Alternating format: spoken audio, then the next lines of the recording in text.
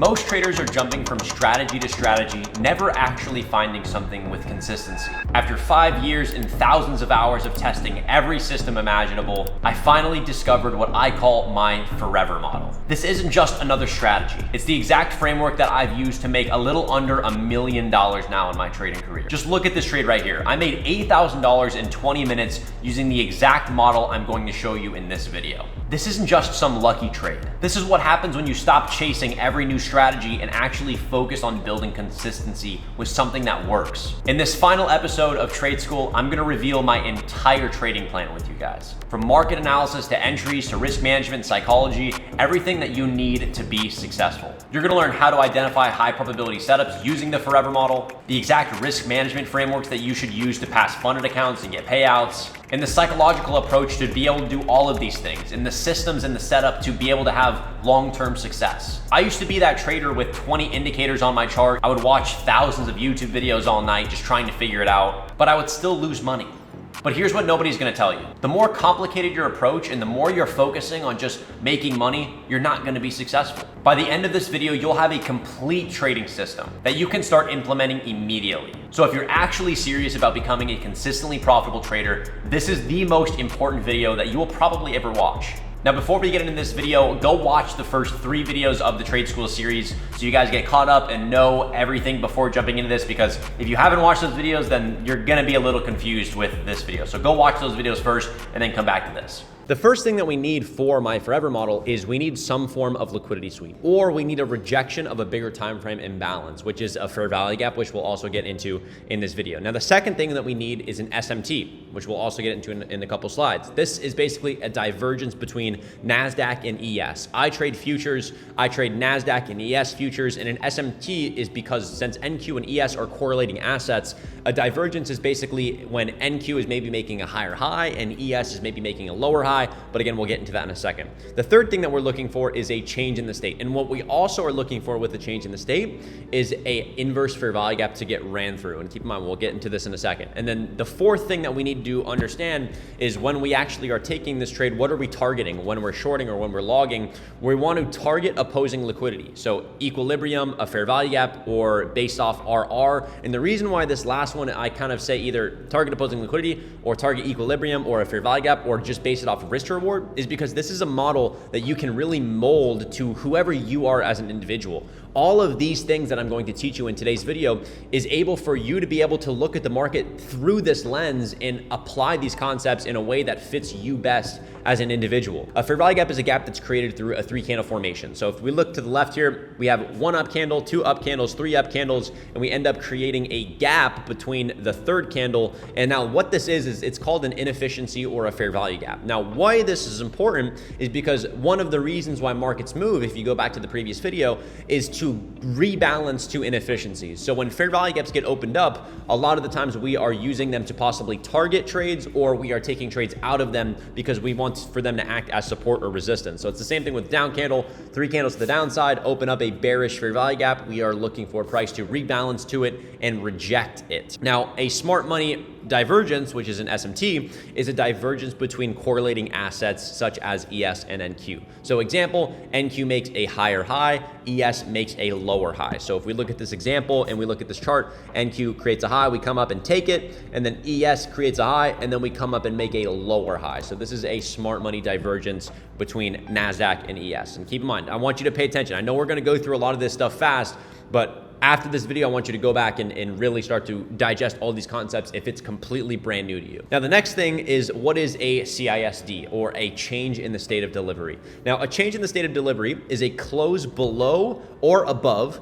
a series of up closed or down closed candles. So in favor of the drawn liquidity. Keep that in mind. It has to be in favor. One of the biggest things that you have to understand about this entire video and this entire strategy is we need context. If there's no context, then the system won't work. So what's the context? Go back to the previous video. Why do markets move? Hunt liquidity, rebalance to inefficiencies, rebalance to equilibrium, and generate liquidity. So if there's a change in the state and there's a sweep and there's an SMT, it has to be in favor of the overall bigger time frame draw on liquidity, the bigger time frame draw in which we're looking for the market to hunt or rebalance to. So here's an example of a change in the state. You can see at the low, sell side was taken, at the lows, and then at the highs, we have a change in the state. We close above it, it acts as support, and then we continue continue towards buy side liquidity. Now, this right here is my forever model. This is one of the signatures in price that I am constantly looking for in the market. So we have buy side at the highs that are taken, some form of liquidity. There's an SMT at the high, and then we have a change in the state to the downside. So we have a close below a series of down close candles. And keep in mind the context here. What's the context? There's liquidity resting below. There's equal lows here. So keep in mind too, another piece of context that might be added to this is there's a bearish fair value gap right here above buy side that we're actually rejecting. And here's a perfect example of what that might look like, right? A bigger time frame fair value gap that we're rejecting out of, right? So it's giving us context as to why we should be looking to be bearish, waiting for the change, and then looking to target whatever the sell side is. So this box right here as well is an inverse fair value gap. So if we go back to the fair value gap page, one thing that we want to look for is if order flow in the market is showing us what we're looking for and we're reactive to the market, that means if we're bullish, I'm expecting the market come back to the fair value gap, hold it, and then go back higher. If I'm bearish, I would expect that fair value gap to get ran through, get disrespected. So we are constantly also evaluating if it's being disrespected or if it's being respected. So this is another thing we want to look for in our model is if there's some sort of bearish inefficiency at this point, if it gets ran through to the downside with a change in the state, with the SMT and buy side getting taken, that is everything that we need to see. Now, you might be watching this right now and you might never have traded ICT concepts, or you might not know who I am and you're saying, Justin, this is already confusing. You're just adding all this random stuff and you said you wanted to minimize it and you already want to confuse it. I'm going to tell you right now, I have traded for 5 years. I probably have tens of thousands of hours that I've watched the market. If you want precision, if you want consistency, and you want confidence, trust me and watch this video, because this video will change your trajectory of your trading. If you're struggling and your system doesn't work, listen to somebody who's done it. Another example of what this looks like we were talking about, bearish SMT, rejection of the bigger time frame fair value gap, but some sort of internal manipulation is happening, right? So there's a buy side level at the high that gets taken first. We lack displacement through it. What does that mean? We go through it and we don't push through it. We sweep buy side internally, and then we have a move to the downside. So once the move to the downside, the change in the state gets put in, and we look to take a short targeting internal sell side liquidity. Another one of these examples might look something like this, where we have sell side getting taken, an inverse fair value gap that gets ran through. There's an SMT internally at the lows. We get above the change in the state. We rebalance to it. That's where we're looking to take a long, and then we end up moving towards buy side liquidity. So these are just some examples of what it might look like. Now let me run you into a trade that ended up playing out last week that I want to explain to you of why it ended up playing out and why it was basically the perfect forever model. Here is a screenshot of a 15-minute time frame, and we're going to jump into the charts after this in a second too. But this was the time frame of a 15-minute chart from last week. I believe it was on Wednesday. And what I want you to notice is the different things of the model that we just ran over. So an SMT, right? So there's a bigger time frame SMT that we can notice. There's a 15-minute fair value gap right here to the left of us that we are currently respecting and that we also continue to respect here. And there's also sell side liquidity resting below us. So there's sell side liquidity resting here, and there's also internal liquidity. So what's the difference between external and internal? Well, if I drew a box and there's boom, boom, there's buy side and there's sell side, and then anything in between this high and this low is internal liquidity based off of this as the context. So if I'm looking at this as the context, I know that this is my external sell side. My internal sell side is any sell side that's resting inside of this overall model. Now, another thing I want you to notice of this setup is why this is higher probability, because we're at equilibrium. So if we look at the range and we know, okay, well, what are the reasons why markets move? We rebalance to inefficiencies. We rebalance to equilibrium. So the move to the upside, because at the end of the day, us trading and us shorting or longing is us saying the market shouldn't go any higher or it shouldn't go any lower. And so now we're looking to take a short or a long. So how do we know that the market is no longer wanting to go higher? We've rebalanced to equilibrium. We are in a bearish fair value gap that has continuously been respected. There is sell side liquidity resting below, so the draw is lower. We want to see market sell off to sell side. And there's now a bearish SMT. So there's more confluence now giving us an idea of we can expect to see the market reject higher and start to sell back towards sell side liquidity. So now let me jump into the charts and really run you through what I do for my top-down analysis. So as we dive into the charts here and we're looking at this as a completely naked chart, one thing that we want to do immediately is draw in our sell side and our buy side, right? So what we can also recognize when we look to the bigger time frames is the weekly high ended up getting taken. So this was the biggest context as to why this trade ended up playing out. When we look at the weekly candle ended up taking the previous week high before we ended up selling. So when this previously weekly high was taken, we were looking to now see a reverse back towards the downside. So internal high gets taken at buy side. Then what happens? We have a 1 hour change in the state. The last down close candle gets closed below. So we have a change in the state. And then what ends up opening here? A bearish fair value gap. So now we reject the bearish inefficiency and we start selling off. So going into New York session at this point in time, what am I looking for? I'm looking to rebalance higher, but in reality, I'm looking to sell off. If the market has already sold off 60 points in the overnight session, I'm not looking for the market to just dump at open. And this is where people can't recognize good conditions versus bad conditions in waiting for high quality. Is they'll go into the morning and they'll see the market dump and expect the market to be clear going into the open. But in reality, we have to rebalance first or build more price action. So what can I notice here as well? Well, there's all of this generated buy side liquidity at this point in time, right? All of this buy side liquidity that we are now generating to the upside. So now what I want you to recognize is if I pull up NQ here, what did NQ end up doing at this time? Well, all of that generated buy side liquidity that we had on NQ ended up getting ran. So what is this creating? A bearish SMT. So NQ runs all the way higher, takes this high. We then put in a bearish SMT showing what? A divergence in correlating assets. How do I know which one's weaker? Well, which one is having the lower low or the lower high? If I'm bearish and I want to see the market go lower, I want to take the trade on the weaker asset. And in this case, it's ES because ES is making the lower high. So after I recognize, okay, NQ just absolutely rocketed. All of the highs and buy side has now been taken. So now I want to see us flip to sell side. We're at equilibrium of the previous price range as well, right? When we look at the entire move that we've created from the high of the week and the low of this entire move, we've now rebalanced back to equilibrium. We're in the 5-minute or we're in the 15-minute inefficiency and sell side's been put in. Now what? What am I looking for? So what's been checked off so far? Rejection of a bigger time frame imbalance, right? We're waiting for that. We're waiting for the rejection of the bigger time frame imbalance. We've had the SMT. We have a draw on liquidity. There's liquidity resting below us. What are we looking to take our entry? A change in the state. So this is where I zoom in and I go down to the 5-minute. Now, what am I looking for? Now, first of all, what are we doing in the morning? We are generating sell side liquidity. One of the reasons why markets move. Low gets put in, moves back higher, rebalances, generates sell side liquidity. What are we doing? Go back higher, rebalance, holds the bullish inefficiency, gets bought up, and creates more generated sell side.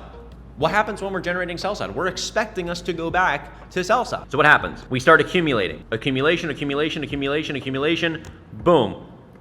Lack of displacement to the upside. So we have our last manipulation leg, and this is what I'm looking for before I'm taking setups, is I want to see a manipulation leg, meaning we have one last move higher before getting our displacement. So we lack displacement through these highs, and then we start falling back inside the range. So now, what am I looking for? Change in the state. What is my series of down or up close candles here? 1, 2, right? These two candles. So this is my change in the state. As soon as the market closes below this, I take my short. I take a short and I put my stop at the high. What do I target? Opposing liquidity. So I can possibly take partials here, take partials at all these lows, and then I leave it towards the external low. Now, notice the most important thing I want you to take out of what this is there's a lot of things, but number one, I'm aligning these models. Price action is fractal, meaning that if the bigger time frame is telling me something, I want to wait for the lower time frame to also tell me that that's what we want to do. Because the problem is a lot of you guys will come into a day and say, oh, I'm bearish. And then the market ends up pumping and then end up selling off because you're not aligning the two. When we have a big move like this in the overnight session and we just continue to sell off, I don't expect right at open around here for us to just dump immediately. We'll most likely move higher first, rebalance, stop out all of the initial short traders, have an SMT, and then start to sell off. So we have to change our perspective from trying to predict what the market wants to do and instead react to what the market is doing. Because at the end of the day, we can't inflict our own will on the market. We have to react to what it's saying. So when I come into a day like this and I can see NQ is pumping to the upside and ES is lagging, meaning ES is a lot weaker, I know that this is most likely going to be a manipulation move to just rebalance price to then continue to sell off. So this is the foundation of the forever model. Again, looking for a bigger time frame rejection, but most importantly, what's the context? What is my draw on liquidity going into the day? Now, a draw on liquidity could be what? What are high probability areas of draws on liquidity? Session highs and lows, London session, Asia session. When we go to New York session, maybe a previous New York session. I only trade New York session, so maybe a previous day's New York session. But these are high probability areas of liquidity that I want to be targeting. So when we look at this day as well, what did we end up coming to? What are these internal lows? London low. So the low of the morning that was created was a London session low, which is a high probability area of liquidity in which we are looking to take. So look for high probability areas of liquidity, which are session highs and session lows, to overlap with whatever the external bias is. So now let's get back to the presentation and let's keep going from here on.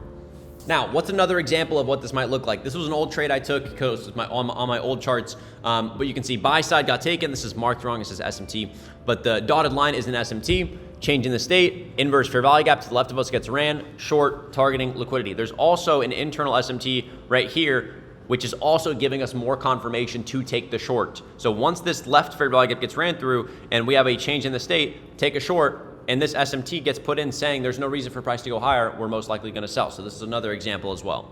Now, I want you to take time and go in your charts. This is not a video where I want you to be like, take my word for it. Do not take my word for any of this. Anything that you hear me say in this video, don't take my word for it. Don't.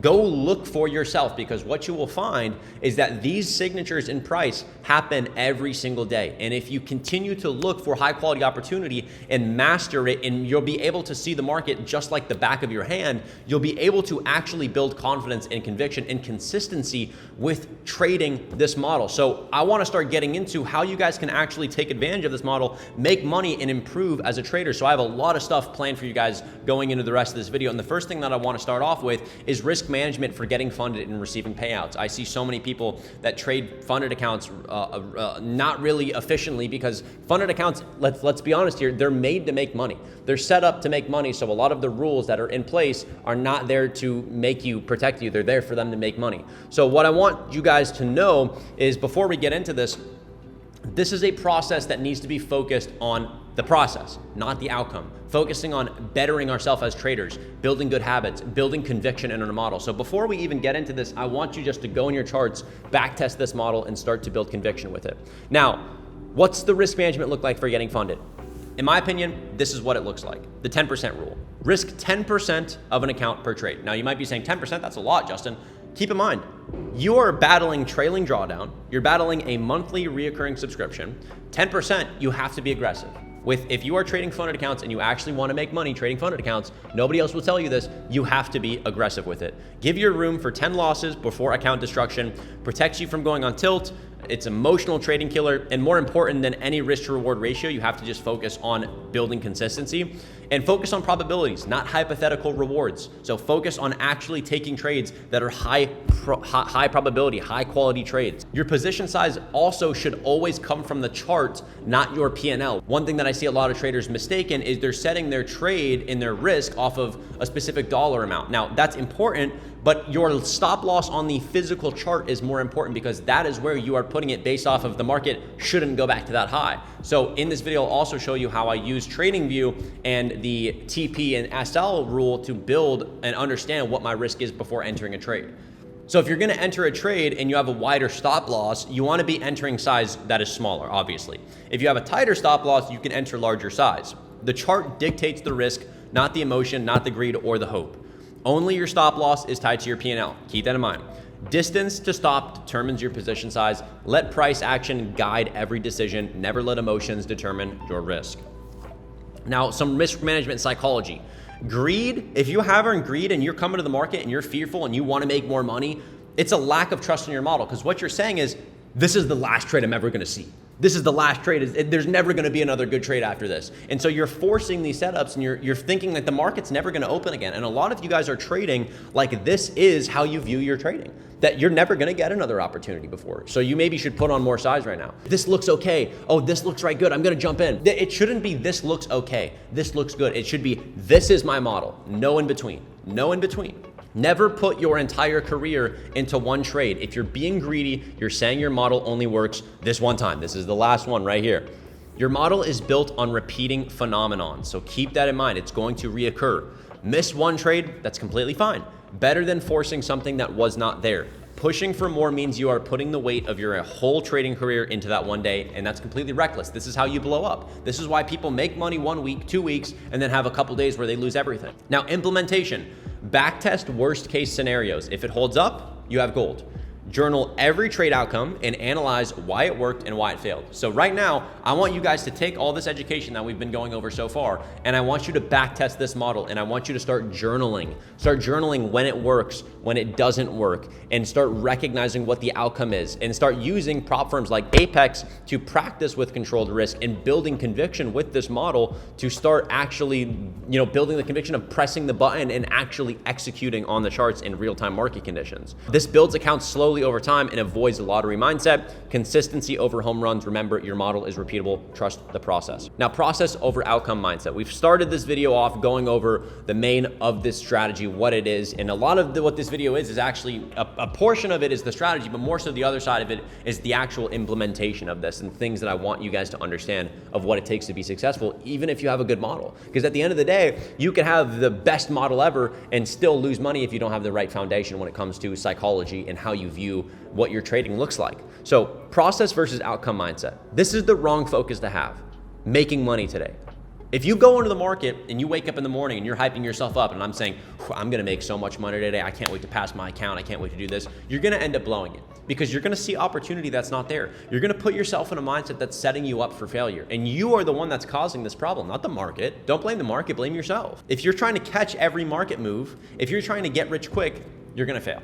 Now, what is the right focus? Every single day, we are focused on building good habits. What does that look like? Only taking my edge, practicing patience, waiting for A+ models, journaling every single day. What am I doing right? What am I doing wrong? Taking accountability when we make mistakes and only looking for what our edge is. We don't care what the market is doing if our edge is not present. So we are following our edge only and we are focused on mastering our strategy. Building good habits needs to be your satisfaction.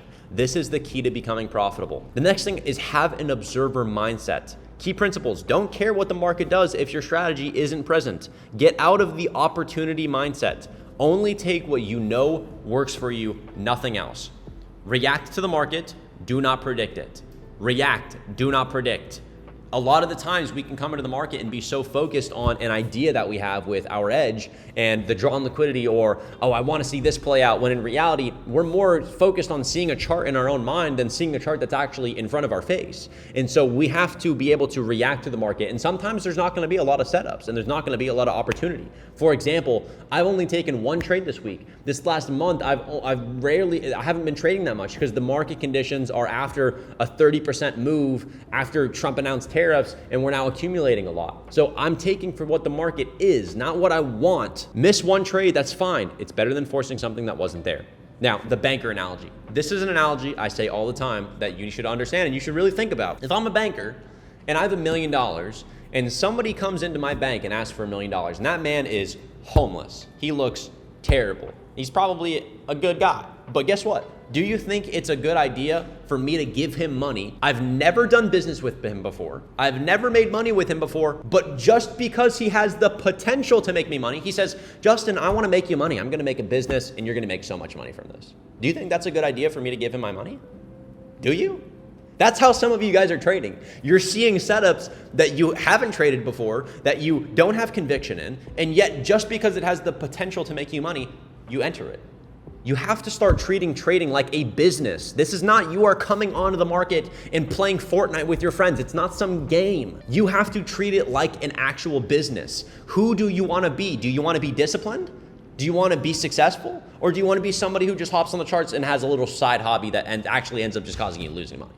Right? What do you actually want? Because that's the mistake that you're going to continue to make. You should not care what the market is doing if your strategy is not present. If your edge is not present, it's all noise. Stop caring about, oh, the market pumped 1,000 points. Oh, I should have taken that. Oh, the market dumped 1,000 points. Oh, I should have taken that. No, you should not have. Your strategy was not there. Why the fuck do you care? Decision-making framework. Before every trade, ask yourself, do I have conviction in this setup? If the answer is no, you need to be backtesting and you need to be building more conviction. You need to be paper trading and you need to be just watching the market testing ideas. Have I seen this work repeatedly? If the answer is no, do not take it. Am I trading my edge or am I chasing opportunity? Ask yourself, am I trading my edge or am I chasing opportunity? Is it something that's actually real? Is my strategy actually here? Or is this just some fairy tale idea in my mind because I want to make money? Is this building good habits or is this breaking them? Is this trade building good habits? Meaning, is this my setup? Is this what I should be doing? Is this something I should be doing when it comes to me putting on this level of size? What am I doing? Is it building good habits or is it breaking them?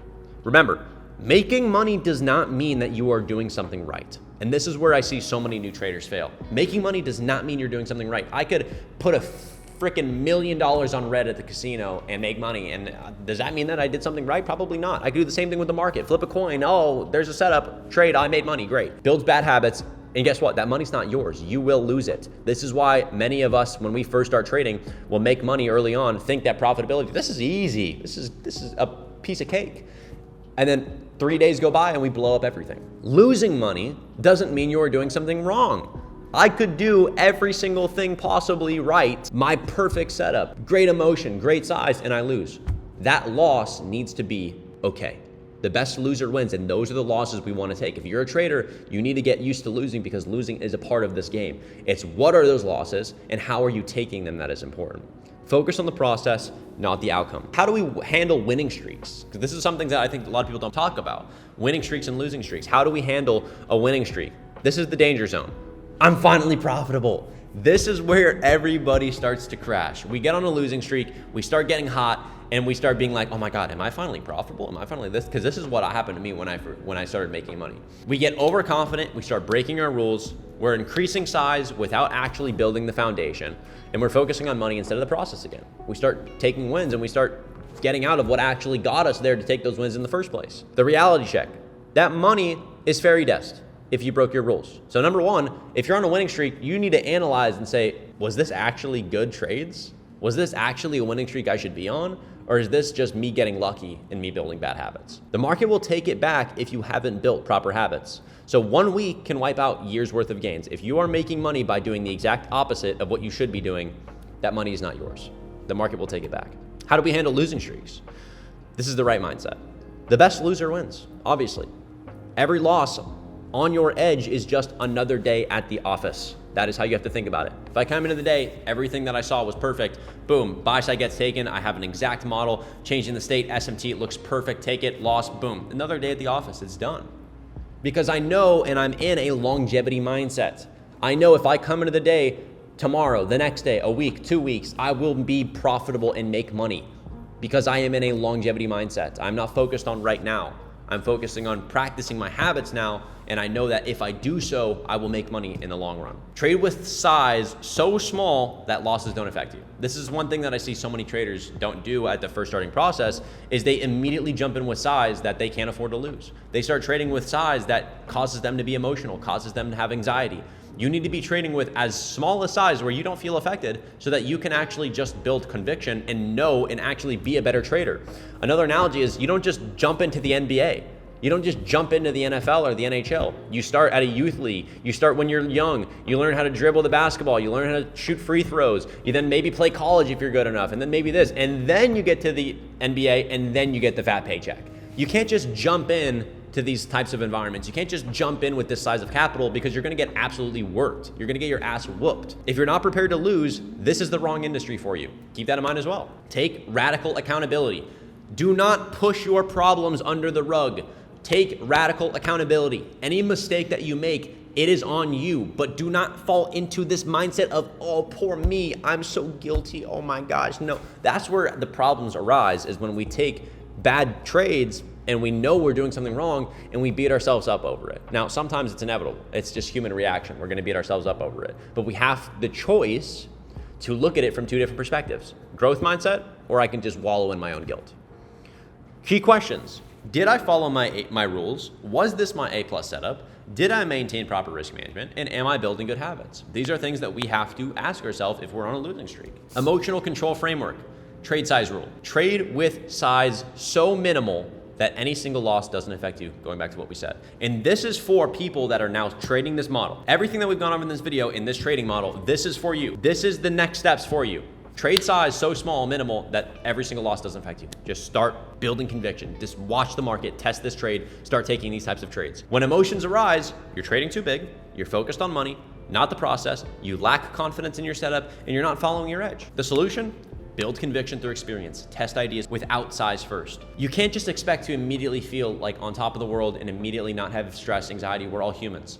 One of the things, and I think is the biggest fake statement in the trading industry that everybody says is trade like a robot. In my opinion, I don't believe in that at all. Because guess what?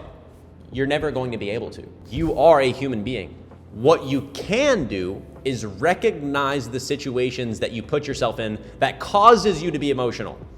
So I know if I'm in the market that I shouldn't be trading and I'm about to take a trade that I know I shouldn't be taking deep down in my heart, and I know I'm putting on too much contracts, I'm gonna be emotional. You have to learn to recognize the situations you put yourself in that cause you to be emotional, not just be a robot. Now, we must be in a longevity mindset if we want to be successful as a trader. One day does not mean anything. 1 week doesn't mean anything. 1 month doesn't mean anything. We have to be in a longevity mindset. What matters is over time, do your wins and losses add up to net profit? Your daily mantra needs to be, today, we are going to build good habits. I don't care how much money I make or lose. The money is fairy dust. What's real is the decisions that I make. That is what is real. We don't decide how much money we make. We decide our decisions, which cause us to then make the money. Focus on the process. The money is the outcome. Daily practice. This is what you should be doing every single day. Journal every trade and decision. I recommend using TradePath. I've spent the last 8 months working on this amazing journaling software. We are building an incredible AI statistics into it where you can literally just use it like ChatGPT, say, what's my biggest win rate? What days am I struggling with? Where am I lacking in my system? What is causing me to not be profitable? And it'll tell you exactly in your statistics. So I highly recommend to use TradePath. We are building incredible things over there. Ask why for every outcome. Why did I make this decision? Why did I exit early? Why did I maybe take this without an SMT? Ask yourself questions. Take accountability. Focus on habit building over profit. Test new ideas without risk first. What are some warning signs? If you're focused on missed opportunities, you're most of the time being emotional at the time and you're not in a longevity mindset.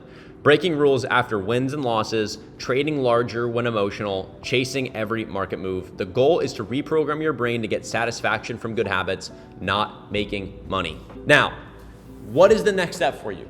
This is a system integration and implementation plan that I've built out for you guys if you are watching this to start trading the forever model, to start getting on track to being a successful trader. We've gone over a lot so far, but now this is the plan and the walkthrough that you need to be taking in the next 30 days to who knows how long. From learning to living your trading system, this is the routine that builds the trader. Daily routine, pre-market. Before you come into the day, number one, first thing that we got to talk about that most people don't talk about is your sleep. You need to be actually sleeping. You need to cut out the bad habits. You need to cut out smoking. You need to cut out eating junk food because most of the problems in your life is actually from your health. It's not because of your situation. It's not because of this. You feel like shit because you're scrolling social media for hours a day, consuming absolute garbage. You can't think for yourself. You have no confidence because you're eating junk food, because you're smoking bullshit every single day. It's causing you to feel like shit. So get sleep, 8 to 9 hours, and cut out all the bad stuff. Now we can go into this. Review your journal from the previous day. So you need to be waking up. I wake up around an hour to an hour and a half before market opens so that my body can actually wake up. I review my journal from the previous day, identify what setups that I'm watching for the day. So I'll start to analyze where the market's at, where do I possibly want to see the daily objective be, what was the overnight session move, is there news going into the day, check the economic calendar, mental preparation, focus on process, not profit. Now during market hours, only trade your A+ setup. Stick to predetermined risk. Stay disciplined, no FOMO trading, don't fall into scarcity thinking. There will always be another trading day. Post-market, take 15 to 30 minutes, journal every single trade and not taken. This is one thing that I highly recommend for you new traders. Journal the trades that you do not take, that you thought looked good, but you didn't have conviction in the moment. Because over time, if I come into the market and I say, okay, well, this trade looks decent. I think it looks good, but I don't have enough conviction to take it, so I'm not gonna take it. If it ends up playing out, you wanna journal it so that maybe over time you start to see something repetitive that you can then start to build conviction with. Review what you did right and what you did wrong. What did you do right? What did you do wrong throughout the day with your execution, with your analysis, everything? And plan the improvements for tomorrow. What are you going to use from today going into tomorrow to better yourself? Now, weekly review. Every Sunday, analyze your trading statistics. Review your journal entries from the week, identify patterns in mistakes and in wins, and rate your habit building from 1 to 10. Doesn't matter how much money you make or money you lost. What is your habits look like? Are you bettering your habits? Are you bettering your execution? Are you bettering yourself as an individual? Key questions. Did I stick to my edge all week? What emotions came up and why? How many rules did I break versus follow? And am I building conviction in my strategy? The weekly goals is to set process goals, not profit goals. What are you looking to improve as yourself? Because there's gonna be times in the market where there's not gonna be a lot of high quality opportunity. And there's gonna be times in the market when there's gonna be a bunch of high quality opportunity. So if you're just focused on making money and opportunity, you're gonna see opportunity that's not there. Now, 30-day implementation plan. This is for you guys for the next 30 days, what I want you to do. Week 1, paper trade only. Learn to identify your setups without risk. Practice the physical act of placing trades. Just paper trade, test ideas, focus on building conviction through observation, journal every setup you see, taken or not, and just focus on building conviction. Your goal for this week should be 0 real money trades, 100% focus on building conviction, establish daily routines, and just start habit formation. Get in the habits of waking up early, looking at the market, just testing ideas, and just understanding and wanting to read price action. Price action is like a language. The more you're focused on just understanding it and reading it, the more you're gonna be able to recognize it in the actual moment. You should not be putting money into something you have not done before. This is gambling. Again, going back to the banker analogy. Should I invest into a homeless man who is never done business with me before? Or should I invest into somebody who's a suit who I've made money with before, who comes in and says, Justin, I'd love to do business with you. And I say, oh, great, here's $1 million. Don't put it into the random homeless man who's never made you money. Now, I'm not saying don't be generous. Don't take that out of context. I know someone's gonna do it. Week 2, days 8 to 14, smallest possible size. Start with absolute minimum position size. And I say just get 1 funded account. And the reason why you might say, Justin, that's so early. Week 2 to start putting on size? I fully believe that you should be putting on size kind of sooner rather than later, because you need to build conviction in actually taking trades with size. Now, micros, small size, $5, $10, whatever it is, because just the act of trading with size, you need to get comfortable with doing it. Once you're just paper trading all the time for 6 months, it doesn't do anything for you. You have to start putting on some sort of size. So I say, get 1 funded account, use Apex. I'll leave a link in the description for you can get an account with them, and you can just start trading with micros and trade very little size. Focus on execution over profit. Continue aggressive journaling, journal everything.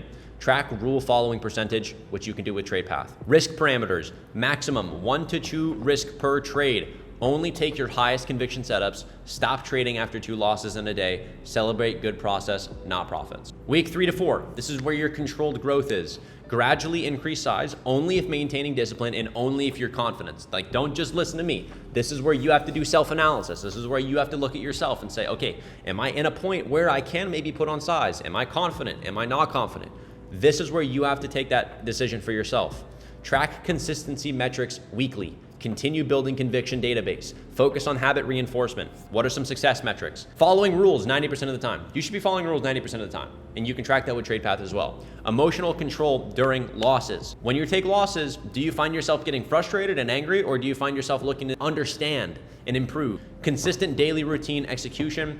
Growing confidence in your edge. Do you find yourself starting to see things more often, recognizing them in the moment, saying, oh, this is my setup. Oh, this is where I'm gonna look to take an entry, recognizing it in the moment. Remember, money made during this phase is secondary to habit building. Now, long-term development, let's say now a month 1 to 3, this is what your focus area should be. Master the forever model completely. You wanna just focus on mastering this model, seeing it, build unshakable conviction through repetition, develop emotional immunity to losses, establish rock solid daily routines. Now, some milestones: 100 journal trades, consistent rule following, comfortable with maximum planned losses, reading your setup like the back of your hand. This is where you'll possibly start getting some payouts as well. If you're scaling with Apex or other prop firm accounts, possibly getting some payouts. I've had students that have come on into our classes in mentorship, and they haven't traded before, and they've traded within a month and they got their first payout. So this is where you might start seeing that process. And again, keep in mind, it's different for everybody,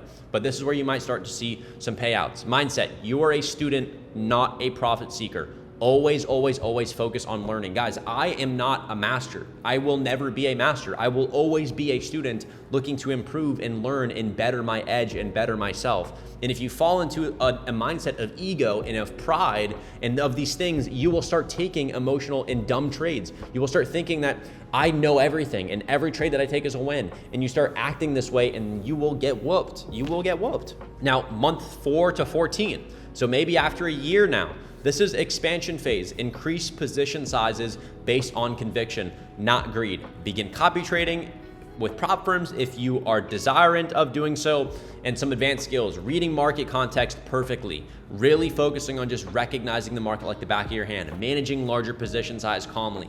Maintaining discipline during winning streaks. Consistent monthly profitability. Less is more. Focus on taking less trades, not trading as much, being able to not trade and be okay with it. And one thing I want to talk about too is reading market context perfectly. Sometimes you will not read market context perfectly. There are days where I come into the market and I have no clue what the market wants to do. And that is just as important as reading it perfectly, because what this does is we have to admit to ourselves that if the market is choppy and there's no reason and there's nothing to see, there's nothing to see. So it's having the conviction to say, I don't know. This is where people have a problem. They think that if they say, I don't know, they must mean that they don't know their strategy. They're not a good trader. They don't know. You are not going to know what the market wants to do 24/7. So stop trying to figure out what the market wants to do 24/7. If you come into the market and you are lacking confidence and you are lacking direction, wait for clarity.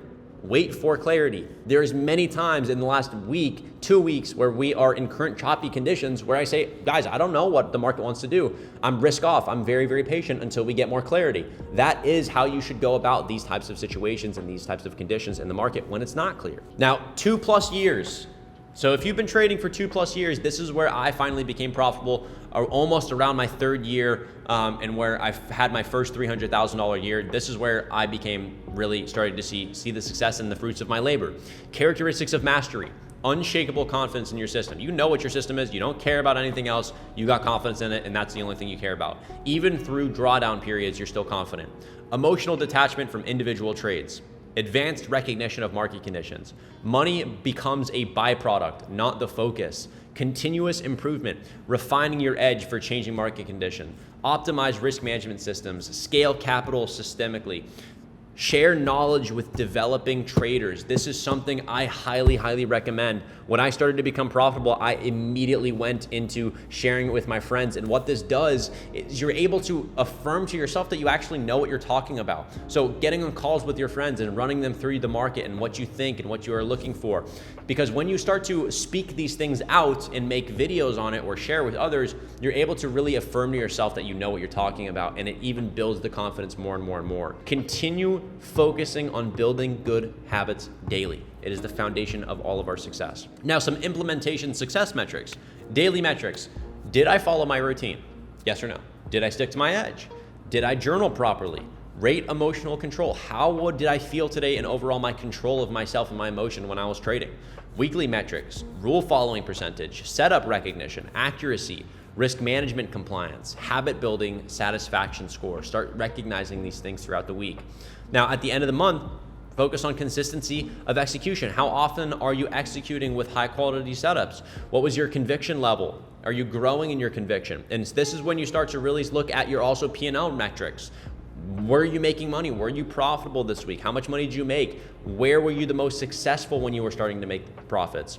Process improvement over profit focus. Really, like when you start to really look at when you start making more and more money, really start to recognize the things that are causing that. Recognize the trends within yourself. Where are you making the most money? Where are you losing the most money? Every single day, we are focused on building confidence and conviction with our strategy. Now, going back into the charts for a second, we just went over a lot of stuff with, building our success plan. What are some things that we can look for over time? What are the things we want to focus on in our process? But I want to dive a little bit more back into the specific forever model and specific ways that I also trade it. So one thing I want to touch on is risk management. I get a lot of questions on stop placement and a lot of those things. So I want to kind of show you guys what I look for when I'm looking to actually take a trade. So for example, let's just draw out some context here and run you guys through and say, let's say we come into the market and there's sell side here and there's buy side resting above. And let's say the market is overall bullish on the bigger time frame. We're looking to see the market go higher. Let's say there's a bigger time frame fair value gap below us as well. So let's say there's buy side resting above, the market comes down in the morning, and we then have our move towards sell side. So this is where we kind of start to maybe chop here and then maybe have our initial move. So there's kind of two things. Number one, there's two models that are gonna possibly play out here. When sell side gets taken here, there's possibly going to be maybe an SMT here. And this would be best case scenario because we want a bigger time frame SMT. Then there might be an SMT here. What's the difference between the two? Well, the difference between the two is that this SMT at the low is confirmation that we could possibly start to put in a bottom. And what would become the draw? Internal buy side liquidity. So whatever internal buy side liquidity is resting in this range, this is where that SMT is giving us conviction for. So we have a change in the state internally, and then we'll most likely get bought up to here. Now, on the bigger time frame though, if we were to zoom out, this price action most of the time goes away. There's not really a lot of clarity with it. What becomes the change in the state? This is really what will become the change in the state on the bigger time frame. So a lot of the time, what will happen and what you'll recognize is the more that there's kind of price action throughout trades is you'll find that different time frames will give you different clarity on different fractal models. Because what you have to understand is the market is this exact same model over and over again. When you zoom in, the same things will play out on the bigger time frames. So there might be an internal model to then start the external model. What do I mean by that? Sell side gets taken, there's an SMT that gets put in. We then have an internal SMT at these internal lows, and then we have a buy model to go take buy side. In reality, that buy side level getting taken in displacement is the bigger time frame change in the state to then go take buy side liquidity. Right now, look at it from this perspective. We might want to rebalance to the change, build price action here, and then have this external move, right? And there's probably a fair value gap that gets opened up here as well. So now, what do we trade? Which one do we trade, and how do we actually enter this? Well, there's a couple things. Number one, you can take both of these setups, but one is more probable than the other one. The second one is more probable because it's now aligned with the bigger time frame. We have now displaced back inside the bigger time frame range. So if we're looking to take trades here, we could possibly enter it at the change in the state and then have our stop below. So there's a couple ways that we can look to take this entry. If this is the bigger time frame, then we can wait for an internal model.